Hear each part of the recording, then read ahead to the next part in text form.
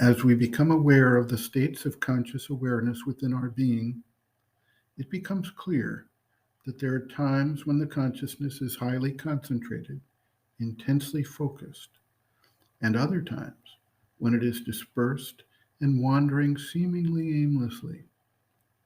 Our activities, including reading, are indicative of these states and help to create these states. We understand the concept that you are what you eat on a physical level, but do we recognize that the food of the mind is the sensory input and ideas that we ingest?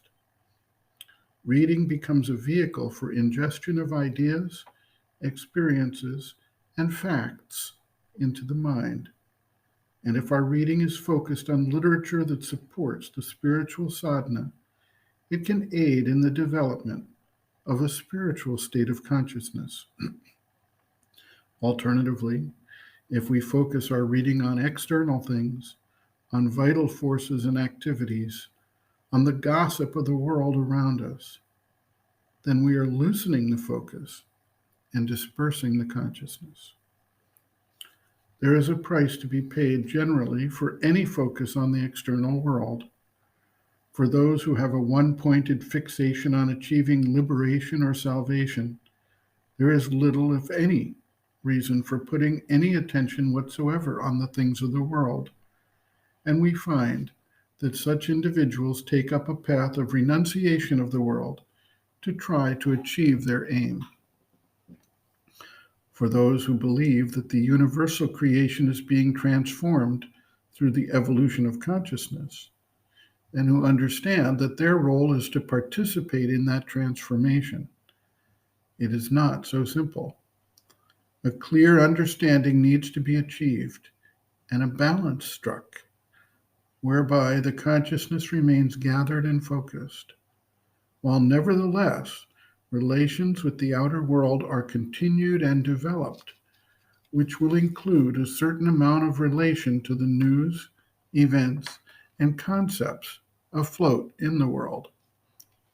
Either way, the important thing for the seeker is to recognize these varying states of concentration or dispersion, understand them for what they are, and modulate them in such a way as to advance the sadhana and the transformative process. Sri Aurobindo notes, quote, "If one is always in the inner consciousness, then one can be not dispersed even when doing outward things. Or if one is conscious of the divine at all times and in all one does, then also can one read newspapers or do much correspondence without dispersion. But even then, though there is not dispersion, yet there is less intensity of consciousness when reading a newspaper or writing a letter than when one is not putting part of oneself into quite external things. It is only when the consciousness is quite siddha that there is not even this difference. That does not mean one should not do external things at all, for then one gets no training in joining the two consciousnesses. But one must recognize that certain things do disperse the consciousness or lower it or externalize it more than others. Especially, one should not deceive or pretend to oneself that one is not dispersed by them when one is. You are mistaken in thinking that the sadhana of X, Y, and Z does not suffer by the dispersion of their minds in all directions. They would have been far farther on the path if they did a concentrated yoga. Even Y, who has enormous receptivity and is eager for progress, might have gone thrice as far as he has done.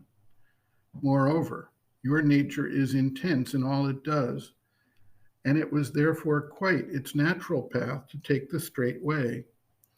Naturally, when once the higher consciousness is settled, and both the vital and physical sufficiently ready for the sadhana to go on of itself, strict tapasya will no longer be necessary. But till then, we consider it very useful and helpful, and in many cases indispensable. But we do not insist on it when the nature is not willing. I see, too, that those who get into the direct line, there are not yet very many, get of themselves the tendency to give up these mind-dispersing interests and occupations and throw themselves fully into the sadhana. End quote. Reference, Sri Aurobindo, Integral Yoga, Sri Aurobindo's Teaching and Method of Practice, Chapter 12, Other Aspects of Sri Aurobindo's Teaching and Method of Practice, Mental Development, Reading and Study, pages 361 to 365.